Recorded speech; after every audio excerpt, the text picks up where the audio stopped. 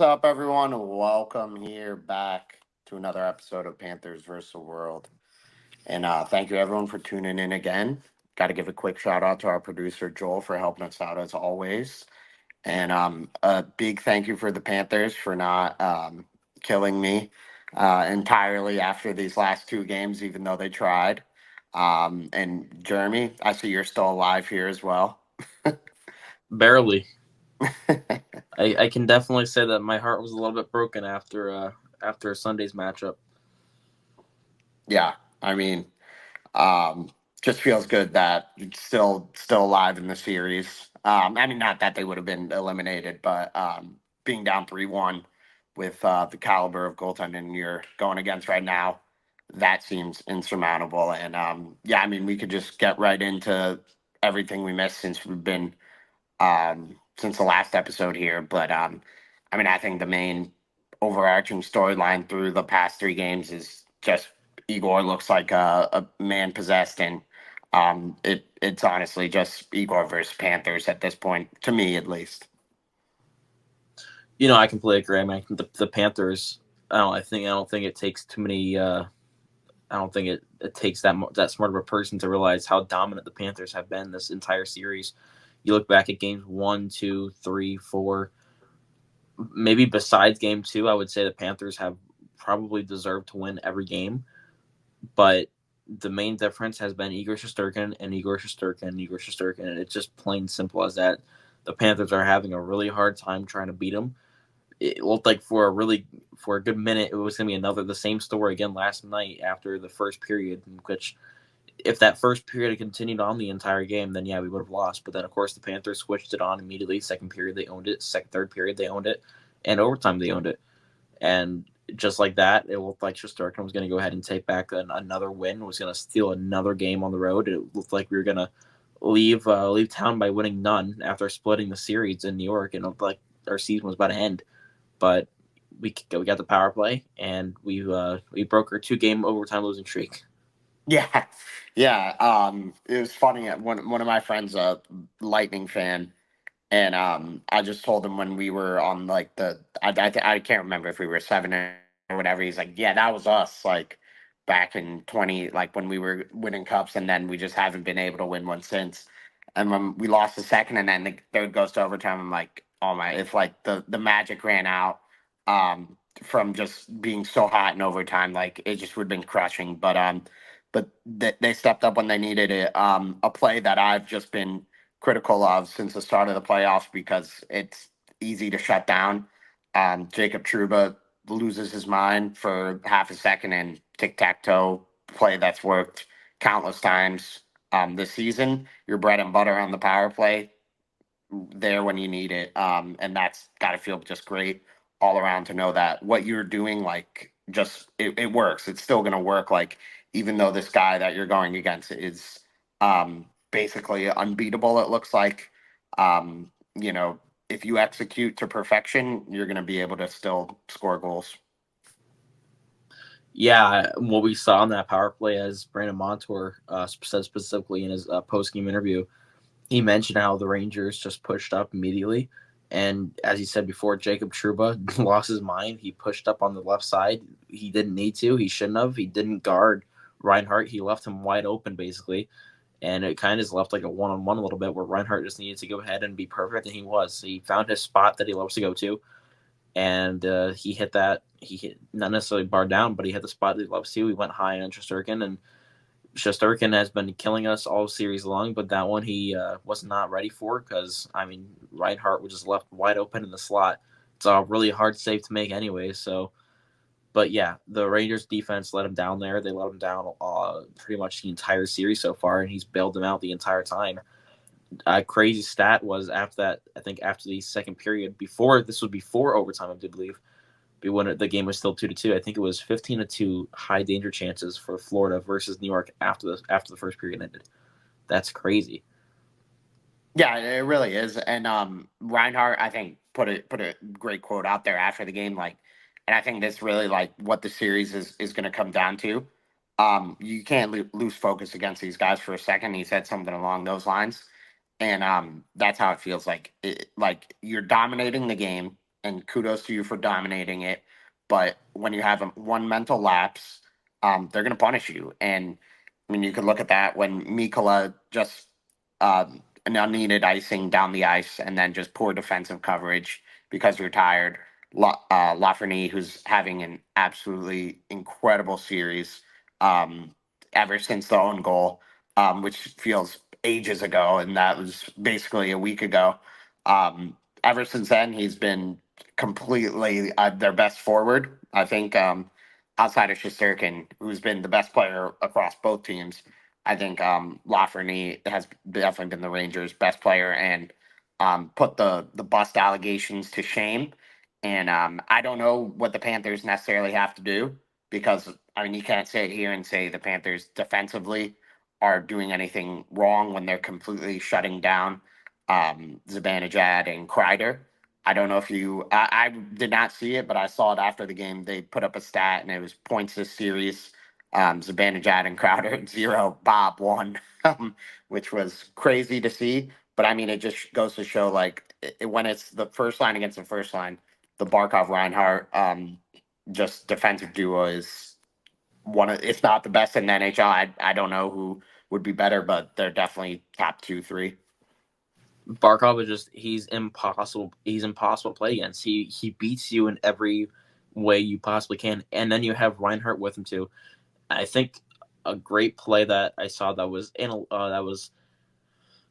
based on analytics and they were talking about after the game was specifically on that draw on the face-off on the power play to end the game when they said that Trocheck was supposed to take the draw or whatever. When Trocheck was moved out, he wasn't taking the face-off. He's been killing us in the face-off circle all series long. We haven't been able to beat him, and instead of Barkov being versus Trocheck, which hasn't been great for Barkov, instead you had Reinhardt, who knows how to take face-offs pretty well too, and was able to win it against whoever we faced in that situation. So just from that situation right there, you can see Barkov and Reinhardt both are incredible just from taking face-offs. They're incredible defensively, offensively. That entire line is just so skilled. They moved Tarasenko down to the third line. That line looks like it hasn't skipped a beat.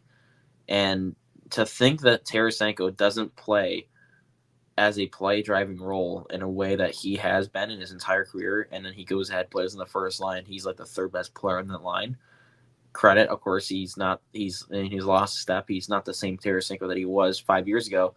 But to act like he isn't like a good player anymore is beyond me. He's still a fantastic player, and he's showed it. He hasn't been bad this series at all. I thought he was actually pretty impressive these last few games. But the point I'm trying to make is the fact that you put him on a line, and all of a sudden he's the third best player. There's a reason why Paul moved him down because he didn't necessarily need to be there. Because Barkov and Reinhardt own the show. Put whoever you want on that line. They're all of them are incredible. It doesn't matter who you put on the line; they're going to produce. Yeah. I think they're like some guys on the Panthers have been getting an undeserved like they're not having a great series. I mean you can't question any of like the big guns, but like Tarasenko, I feel like people are criticizing Rodriguez to a degree and Listerine a bit, Lundell maybe, but like I don't think it's necessarily what they're not doing. They're not doing enough. It's just that like Shusterkin has been like on a historic run, dare I say. Like I mean, he's just been absolutely like answered every time he's called upon, he's answered the bell. And can he keep this up? I mean, I'm not going to say he can't because he's been doing it pretty much all playoffs. This is how the Rangers want to play. They feel comfortable playing, and that's how they're going to continue to play. But I mean, I have no idea. Like, this is just me talking on my butt. Like, I don't know how this guy can't be exhausted because I mean, between the last two series of Carolina and this, he is like having to work for at least 60, 70% of the game plus some overtime and like has to we're in the offensive zone like for half the game plus even more than that like when you see the shot attempts It's just insane. And Carolina was getting more shot volume than us, I think, to a degree. Like we have more time in the zone, but Carolina just they'll put everything on net, and he's got to save. Like I don't know how this guy can't be exhausted. Like credit to his cardio. I mean, again, we could talk about the other Rangers, but like I can't say enough how impressive Shesterkin has been, and like if they won that game yesterday, like he just would have been Panthers fans' nightmares forever. And he's always been talked about that he can do this, and like just to see him finally doing it is insane. And if the Rangers can get any help, or give him any help, like Panthers. I don't know what the answer is because I mean this guy again, as I've said, and he's clearly making me crazy by how much I'm talking here. He's just been an absolute wall back there. Yeah, I mean, just watching the game before we won the game last night when it was still 2-1 the series and it looked like we might have been losing it, just felt exactly like 2022 over again. It felt like we were just getting. It felt like we were getting goalie to an extent where it felt like Vasilevsky again. It plain and simple just felt exactly like it was when we were facing Tampa. We had the shot volume, we had the chances, we just could not beat Vasilevsky, and we thought we slayed our demons. We thought we beat the goalie we couldn't beat, and now we're facing Shesterkin, and now we're having the same problem. However, this time you can actually tell that this team is built different because no matter what it is, they're getting better chances than they were that time. They have a better team. They have a better roster built. They are significantly better defensively. Our goaltender in net, Bob, just feels like he's playing better than he was back then. Although he's not going to get away from some shots later on in this episode, I'm sure. But the team is just built better than it was. But no matter what happens, we're still getting goalie by Shesterkin. He's just insane. He's impossible to beat. We saw it on the opposite breakaway. It looked like we were finally going to get one, and his leg just stretches out like 8 feet and makes a save. He just it feels impossible to beat him. But Reinhardt has scored 3 in the last 2 games off of him, so he might know a little bit of a little bit of something that we don't. But unless we get another like Rhino Hattie here, it looks rough just because now you're going back to New York. You have to face Shesterkin. I still like our chances because we've been dominating. It feels like as long as you don't get dominated tomorrow, I like our chances. But yeah, it just comes down to if you can beat Shesterkin, which is just it's been so tough. He has been your background this entire series. He's Yeah, he's been a brick wall. it's yeah, it's honestly crazy. And then I think like just to transition there, we could talk about Bob. Like to Bob's defense. I think it's real tough. Like we saw it for him as well in the Boston series to just like stay mentally focused the entire time when there's so little going on against you. Like I think he's kind of a goalie that just thrives off rhythm, and you know, like throughout his whole career, especially with the Panthers, it seems like he can string together like five, 6 games in a row, and then just have like a really, really bad one. And I think that kind of was what game 3 was. And necessarily, like, I don't think it was even him that was so bad. Um, I think it's just so tough to do when, like, the puck's on the other side of the ice the entire time. And then the Wenberg, like, OT goal, like, I mean, that's hockey. Like, that happens every now and again. Um, what can you do? But yeah, I mean, I think Bob's been fine, but definitely he's got to step it up because when the other guy across the ice is playing at this level, you got to find a way to elevate your game, and when you're called on, you gotta make a stop. I mean, um, we know that the Panthers are going to control the majority of the game and get more shots off. That seems abundantly clear in this series. I don't know if there'll be that level of pure desperation that there was from this second period on from the Panthers. Um, but yeah, I mean, if Bob can keep them in the game, you feel like just with the volume, eventually there's got to be a crack in the armor somewhere that we haven't seen yet. Yeah, I agree. I mean, at some point, Bob. I've said this after Game 3 too. At some point, Bob, it's less of him needing to make the saves. It's more of he needs to elevate his play to match not necessarily the contract that he's playing on. It's gonna be really hard to elevate that game to that level because he's getting paid like a number one when he's playing, like a number one goal in the league when he's basically playing like maybe a top 15. But Bob at this point needs to just elevate his game because he doesn't need to be Shosturkin. He does not need to be Shosturkin. He just needs to be playing above average, and it feels like right now he's just playing above average. You're facing 20 shots a game. You shouldn't be letting in 5 of them. And I get it. But 2 of those goals are hard to stop. I mean, 2 of them deflections. The Wenberg one is really hard to stop. OEL should have never. I don't know why he's on the Yeah, sideboards where he's just nowhere. There's 3 guys on the sideboards. Why are you guys not protecting the front of the net? Makes no sense to me. I'm fine with that. Bob, I get it. That one's tough. It happens. Wenberg just left in front of the net, and it happens. The other one, I don't. The other ones, I'm not really excited about with the fact that Lafreniere made an amazing move. You have to give your hats off to him. An incredible goal, but let's not act like it wasn't stoppable because Bob was completely beat. He was just straight up beat. It hit the goalpost. If he was in position to make that save, he makes it. He's sprawling way before Lafreniere was even to the net. He probably should be saving that one in retrospect. I don't want to be nitpicky here, but it feels like he should have had that one. And then there's the other one. I feel like the Lafreniere breakaway goal. Also, he probably should have saved that one too. He just went high and completely beat him. And this isn't the same Bob that we saw in game 2. This definitely isn't the same one we saw in game 1. And of course, we saw a little bit of a better Bob last night, but still, I mean, he absolutely could have been better. I feel like those maybe the first one was a really nice shot from Trocheck. I'm not going to blame him for that one, but his reaction time was completely off. There's something about Bob right now that doesn't look right, and that's the extent that I'm going to go with that because I don't know what's happening with the team because the team's injured. Obviously, the team's definitely every team in this at this stage. They're in the Eastern Conference Final. There's some injuries that are going on that are being hidden. For the most that we know, we probably assume Bennett is probably still major banged up.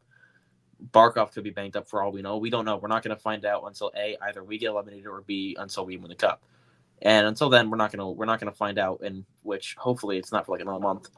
But Bob could be injured too. We don't know that. But either way, he looks off right now these last 2 games.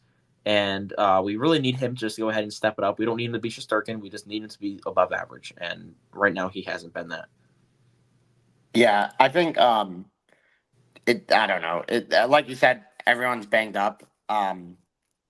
For Bob, I think it's just it's tough. You just got to find a way to get there.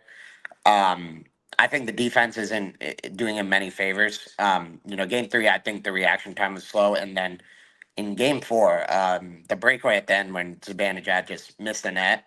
Zibanejad makes that a lot, a high majority of the time, and like I feel like Bob was just kind of late getting there, and like that's just one like you hope your goalie can make that big time save at a key moment, and thank God it missed the net. I mean, really, like as we've seen last year in this time of the conference finals, just the margins are like so small. Like one little thing, you have a mental lapse for 1 second, and the game's over.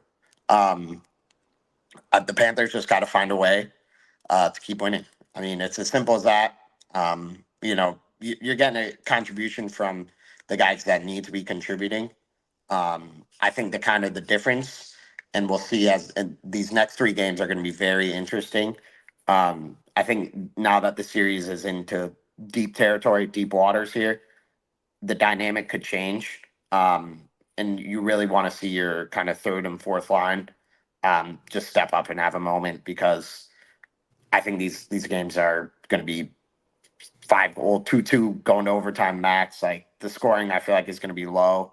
I don't think these games are going to be very open and be very tight. Laviolette's a very good coach. I think he'll make adjustments. You saw it immediately after the game. He basically is like, they asked him something along the lines of like, what can you do better defensively? He's like, well, we can, not be playing defense for the majority of the game. That'd be a good start. So yeah, I'm curious to see what they adjust to because they're going to have adjustments here, and I think that in like um, in that game, the Panthers came out the more desperate team, and then I feel like this game 5, we'll definitely see the Rangers play a more desperate brand of hockey.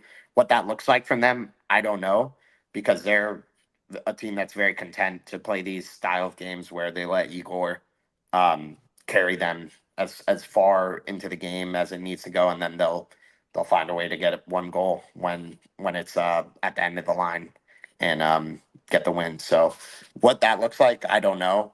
I also feel, and then I'll kick it over to you. Um, kind of the for both teams, the frustrations are or the tempers are starting to pick up. I think the Panthers are kind of more in control of their emotions, um, and we'll see if the Rangers aren't because I mean at this point like it's crazy. There's some key moments that I'll highlight, but I'll just kind of kick it to you and then I'll say the ones that I'm thinking of.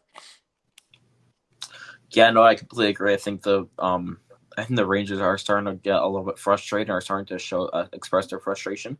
We saw Shesterkin definitely did. He was apparently mic'd up for the game last night. I don't know if he was Oh mic'd really? up or not, but I I like don't that. know if he was mic'd up or not. But there was ESPN did post where he was I think he said make an effing call at the or he said no he said I believe he said hey ref, do your effing job please, and he yelled at the ref as he was leaving for the bench at one point. I'm not sure if it was between intermission or if the Panthers had won the game, but I know he said do your effing job to the referee at one point when he was leaving the ice. So right there, you can definitely see the frustrations building just from the New York Rangers standpoint. From the Panthers standpoint, I feel like they haven't been complaining as much. I feel like I mean, I guess, yeah, sometimes they have. I mean, sometimes they've put up a little bit of argument. Um, I feel like Bob has been a little bit complaining a lot. It seems like just because of the fact that a lot of the shots that are going in just feels like that's going in really. I feel like maybe that's one of them. Also, I want to go ahead and say just game two probably never should have been a Rangers win in the first place. The Panthers absolutely do have a reason to complain over the fact that you missed the high stick to end the game. That should have been you missed the high stick to begin the game. You missed the high stick to end the game. Those are two calls that should have been made in the first place. None of them should have been goals. It probably should have been another Bob shutout, but that's for another story. It happened, and now it's a 2-2 tied series, not 1-1. And the Panthers have been able to move on and put it past them, and they've been headstrong the entire time. They haven't they've weathered the storm. They've gone through it all. They've understood that they're getting goalied right now, and they kept putting shots on, and eventually one of them broke loose. But the point of the matter is, I do feel like the Rangers are starting to get a little bit frustrated, and I think they are starting to see it. Which ones? I am curious to see which ones you're talking about, though. Well, so I mean, like I think the main one that everyone saw was Kreider throwing the mouthpiece. Um, I did not know this in the rules before. Like when I saw it, I thought that was hilarious. Like like that's so funny. He definitely. I think. I mean, I can't imagine he is this knowledgeable. But in the rules, if he threw that into the stands, that would have been a game misconduct, which is crazy. I mean, I didn't know Really? that. Yeah, I don't think anyone knew that. Like, Elliot Friedman on his podcast today brought it up, and I guarantee you, Kreider had no idea. I think just by sheer luck, Wow. it didn't go out. Yeah, and I don't know if they would have called it. You never know. Like that'd be like imagine if they called that, and then how Rangers fans were complaining It about other feels. I mean, if calls. they would have called that and you would have gotten like a, I'm not sure. Would that have been a 5 minute major? So I don't know. I was trying to look it up, but I like kind of just gave up. But I know he would have been down. He would have left, and then they would have been down a forward for the rest of the game for sure. But I Hmm. don't know if it would have been a major and a game misconduct. I think it may have just been a he's out for the game, and they would have been a forward down. That makes sense. In that case, I do wonder if they would have, because if they would have called that or something, it might have been a little bit nitpicky, just because of the fact that for Rangers fans, it would have been absolutely nitpicky. For us, we wouldn't have complained, obviously, because it's in That's the the rule book rules. and we get it. So I completely understand it, but I do wonder if they would have called it or not, just because of the fact that I was like, I kind of wonder if it has to. Does it have to be leaving does it have to leave the field of play? Does it have to be intention behind it, or So it's just any piece of equipment leaving the field of play. So like it doesn't necessarily have to be the mouthpiece. Like I assume that at some point someone threw like a stick or something into the fans yeah? and into the crowd and like hurt someone. So and then they made that a penalty. And then that's just the rules. But yeah, I mean that would have been that would have been all time if if he did that and then Man, that would have been. Kachuk Man, that dragged would have that out been. of him. That would have been awesome. But the other one I wanted to talk about, I don't know if this was caught on the broadcast, but there was like for like 40 seconds, like Keandre Miller was laying on Sam Bennett, and Yes, yes, yeah, yes. And I remember specifically it was in the corner of the. It was in the corner. I couldn't remember for my life who it was. I thought what it was like Evan Rodriguez or something like that. I just it was Bennett. remember it was Bennett. I just remember Bennett laying on the ice, and he was. I almost thought he was injured for a second because he could not get up, and Miller just wouldn't get up. In what world is that not a penalty? Just a Yeah, genuine I don't question. know. In what world is that not The a third penalty? period, the third period of the Eastern Conference Finals, Game 4 is the only time that's not a penalty. I just But I no, just go I ahead. could not seeing that live. I'm sitting there because I remember the camera flashes. It shows that we're seeing what's happening in the corner. The puck isn't there anymore. It pans over, and then the puck rings around the corner, and you see them still on top of each other. And Miller is still laying on top of him. I'm like, wait, this has been a good 10 seconds now. How is this still going? And it went on for like another 20 seconds. Like, come on. I don't understand how that's not called or anything for that matter. Is it was just ridiculous. And credit to Sam Bennett because like I think if that's not if that's any other time like not in the conference finals he gets up and fights like he Oh, loses his absolutely. mind at that yeah and he didn't. We saw him do it against Domi. Yeah, exactly, exactly. And then he like when he finally was able to get up, there was like a scrum on the other side of the ice, like, and he just skated over and like was like clearly like I know if you know Sam Bennett, he had to be like fuming, and he just went up to Trocheck and just like pushed him into the boards like not like super hard, but like enough to like try to draw a reaction, and like I feel like if just Trocheck bit back, he would have like Sam Bennett would have blown it, and like then it would have been like just who knows what would have happened from there. But he kept this cool. So like full credit to him. And like that's why I think the Panthers like they know what's at stake. They're focused. And then I mean just as we've seen I don't know how many times now, Truba. I mean he has zero control of his emotions. I was saying the same thing, but like I know on Twitter, I cannot. I think he's Metal Panthers. I believe is the exact handle. Like just being like, don't suspend Truba, please. Like we want him out on the ice. Yes.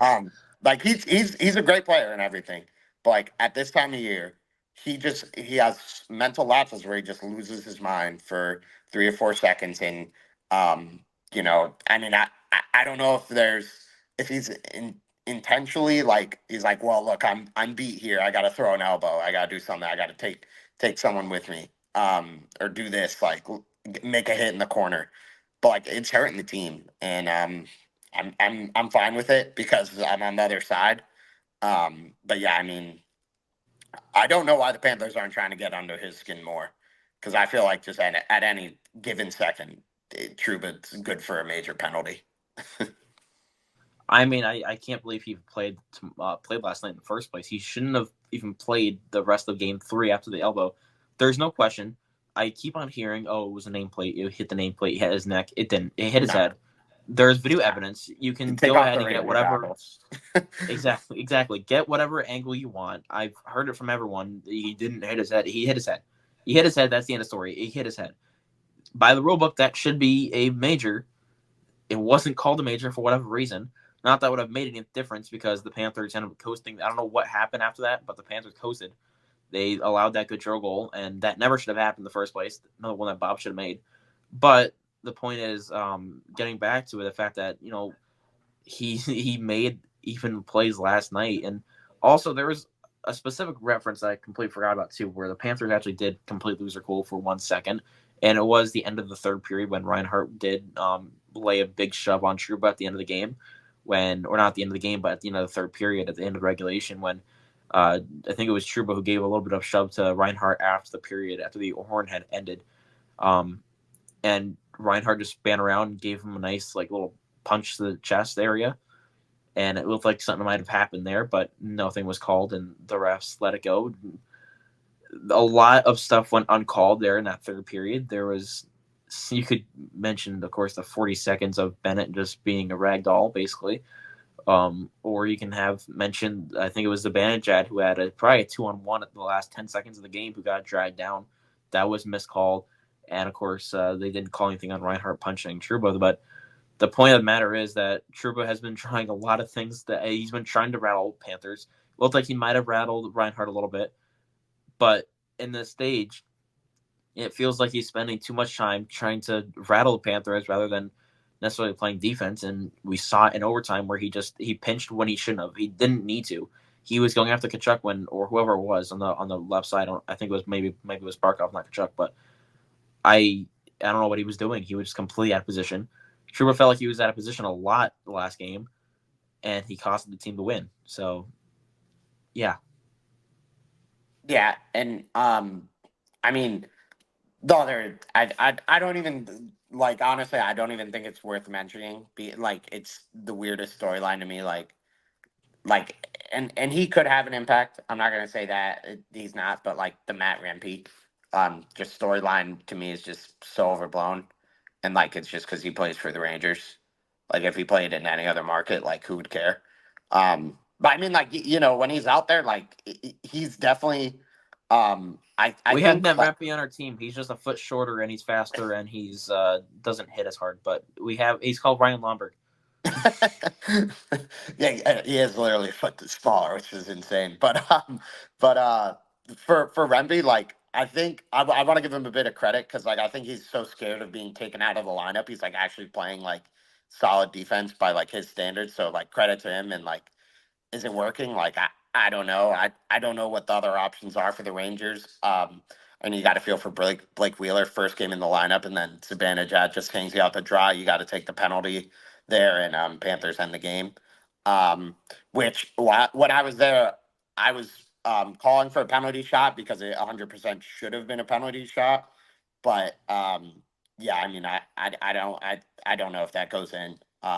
Like Barkov has all the moves. I mean, what a moment that would have been incredible. But I mean, with how Igor's looking, and then if he saves it, like, oh my god, I mean, there would be no way we were winning overtime at that point. But It would have felt like the Islanders in 2016 all over again. exactly. I couldn't have said it better myself. But I mean, yeah, I mean, this series is honestly so great. I envy the neutrals in this, who aren't watching this with their like heart just almost beating out of their chest the entire good time, and you can actually enjoy this series, and it's not a torturous watch. Because man, I mean, these games they're so intense. The margin for error is so small, and like every time it feels like the Panthers like are gaining momentum, doing all this. Like Igor just has unbelievable saves, and then once one rush down the ice, and the puck's in the other side of the net, and it's like, oh my god, and like how are we gonna beat this guy? Um, but I mean, they're finding a way. I will say this, like while everyone is hurt, I think the difference this year is like it feels like a lot more Panthers are like overall healthy. Um, I mean, again, there's so many hidden injuries we don't know about, but I guess we'll see. We'll see. But to me, at least, like it looks like more guys are healthy. I thought it was a great bounce back game for OEL and Kulikov after a pretty poor game three. Um, and I think they knew it. I think they looked a lot better in game four. And Aaron Ekblad, I thought was incredible. I Yes, don't know if he got on the stat sheet, but I thought he was incredible defensively he in that a game. stat that I saw last night was he created 29 chances and he only let three chances in the entire game. He only well, not three chances in, but he only allowed three chances the entire game. 29-3 ratio was incredible for him. And Forsling had pretty much the exact same stat line basically. That top pairing was probably one of the best we've seen it this entire playoff run. Ekblad had an incredible game last night. He was very impressive. He also had a chance himself last night, which was nice to see. That was as you were saying. Yeah, that was really important to see. Yeah, I don't know what's got my hand is no longer there, but it looks like it's still there. So I don't even know what's going on there with the camera. But oh look, now it's fixed, of course, as soon as I bring it up. But thank God, because that was really bothering me. But anyways, yeah, I mean, this series has been incredible. Um, I don't want it to go 7 games unless the Panthers do lose game five. But honestly, I do feel confident going into game five. I think that like that was just a confidence boosting win. And I think for both sides, if you look at this, you could be like, we should feel good going into game five. Like, just from the Rangers' perspective, real quick, like Igor has been completely nails, and you don't see that slowing down anytime soon. And you're getting nothing from your top guys, and eventually you got to feel like these guys are going to break through. Like if you could start to get anything from Panarin, Kreider, and Zibanejad, like why can't you turn this thing around and turn flip the domination in the games the other way around? But for the Panthers, I mean, I don't see those guys getting going anytime soon when they have to go against Barkov. Like, what have we seen that makes you think they're going to get going? Um, Nothing. And finally, like I think honestly, playing Boston in the second round and how hot Swayman is, the Panthers learn like just what they got to do to beat a hot goalie.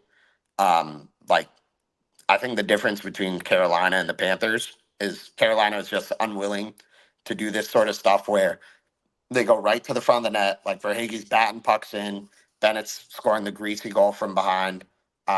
They know what it takes to like beat this guy. They're not like going to try to snipe one in. Like the Reinhardt one did go in, but they know like to beat this guy, it's gonna take some luck. It's gonna take a deflection, and yeah, I mean, I think they know it. Um, I don't know what you necessarily do with the lineup going into to game five. The old saying is you don't mess with the winning lineup.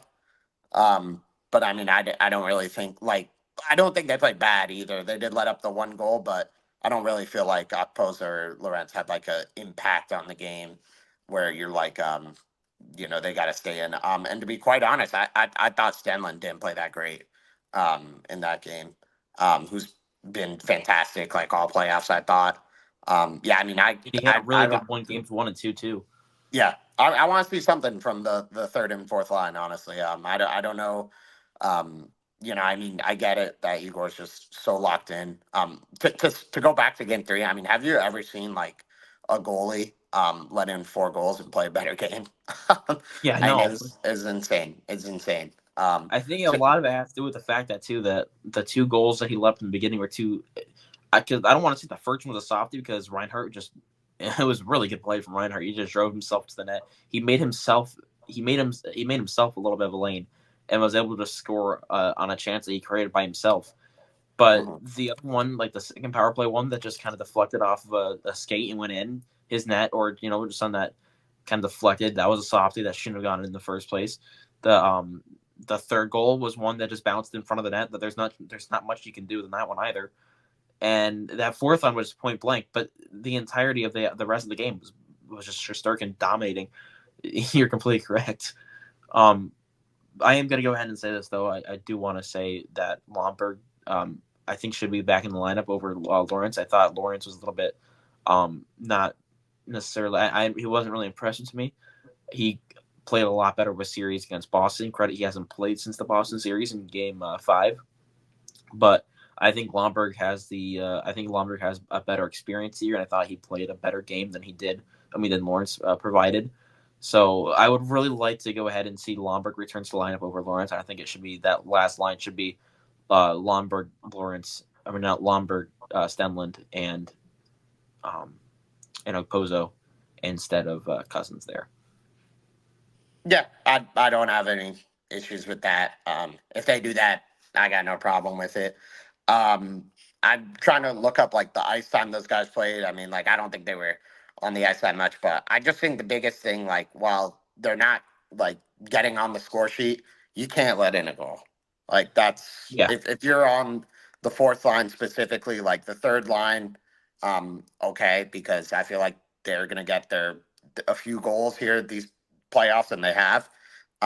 But the fourth line, like you just can't let in a goal. I mean, if you get 1 or 2 goals from your fourth line the whole playoffs, that's a rousing success. But their job on the ice should just be you get on and you get off. You tire their guys. You get a bit physical. Um, but just don't let our them fourth score. line is legit shut down. Where our entire fourth line is physical. We shut them down all the time. And the only time I feel like we didn't was when it was in Game 3 when they right after the Lafreniere goal on the breakaway, and there was deflection. That was like the first time I've seen Lomberg be on the ice for a goal in a long time. So that was probably one of the first times I've seen that line give up a goal in a good while, and that could easily be a reason why Lomberg got taken out of the game, or not out of the game, but out of the lineup. Yeah, yeah, and then I mean, but then the second goal yesterday. So, and we'll see. I don't know if he's going to make changes or not. I have no issue if he does. Um, but yeah, I mean, it's it's crunch time. It's best of three now. Um, the Operation Steel One in New York is back on. That's should be the goal. And obviously, you got to hold serve at home. Um, but yeah, I mean, I don't really know what you change if you're the Panthers. I mean, I don't know how you could look at those past four games and be like, we got to drastically change what we're doing because I mean, it's abundantly clear they're dominating the game, but the result is not indicative of that. But I mean, what can you do when you're getting goalied? I don't know enough about hockey again to be like, well, when the goalie's so hot, you got to do X, Y, Z. Um, Besides tip it, that's all I got.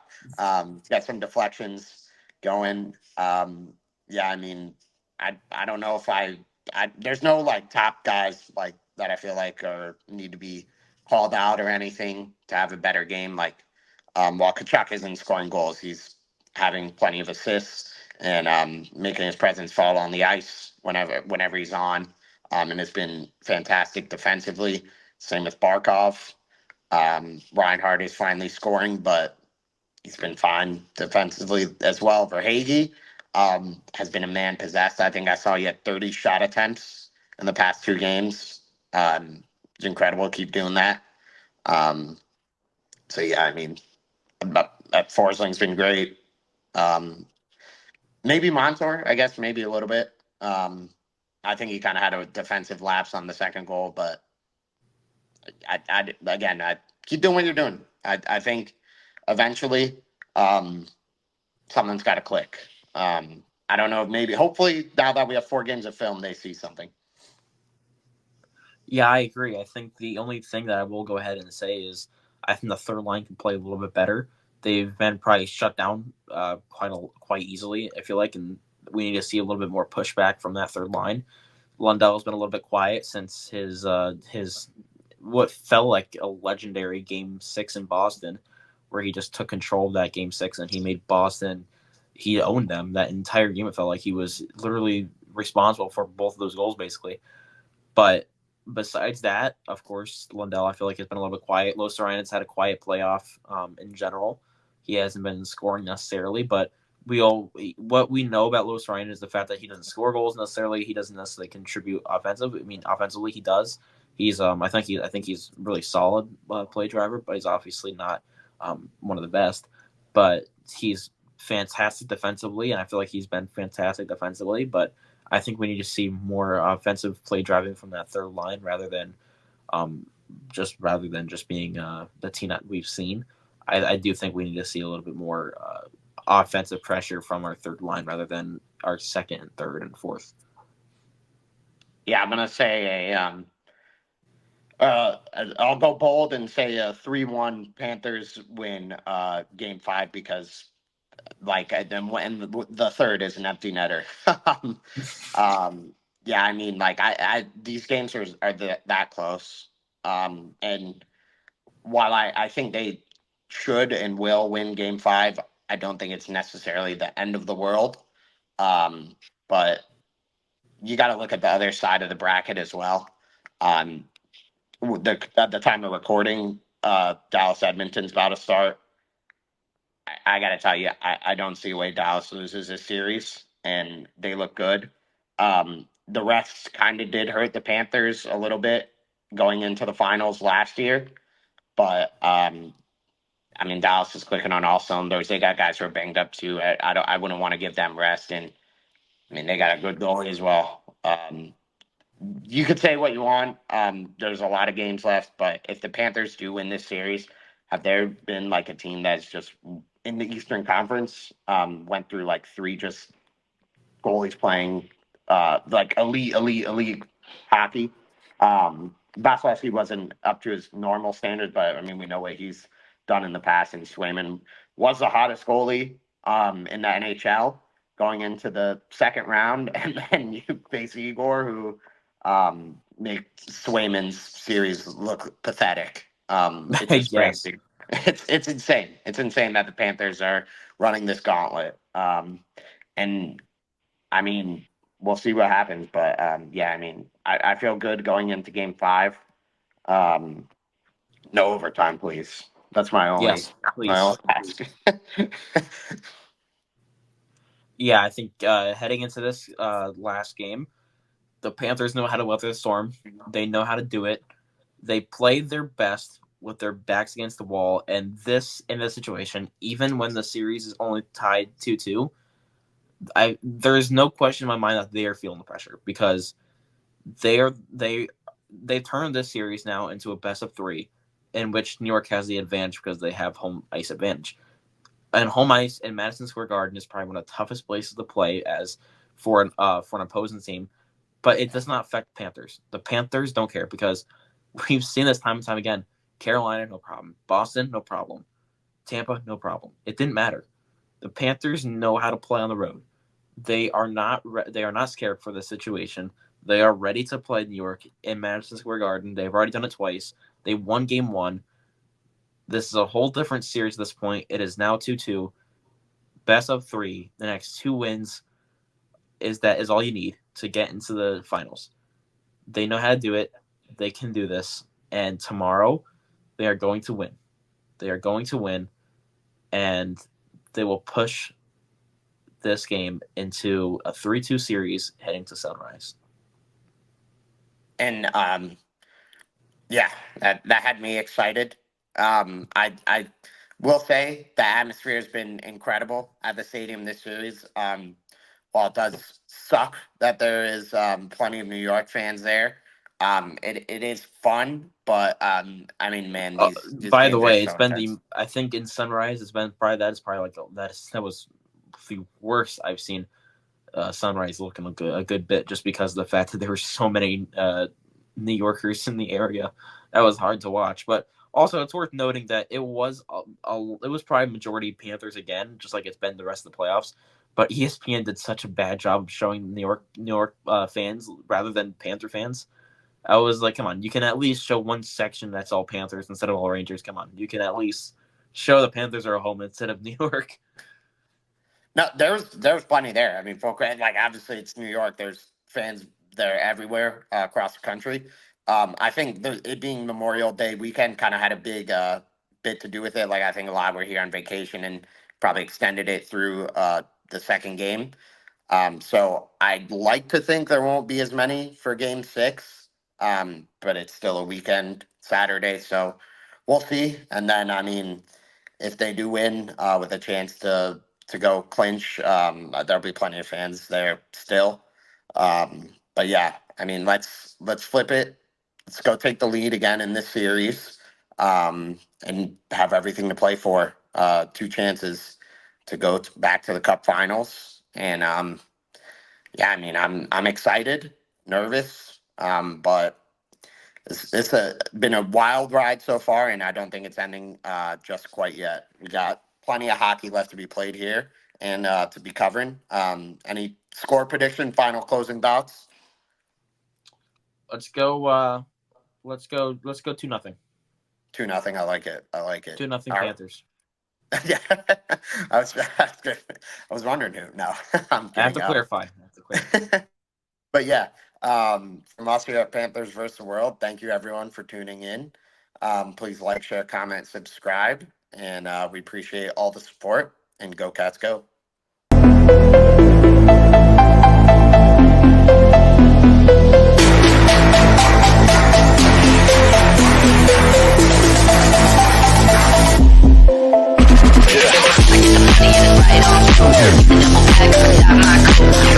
Yeah.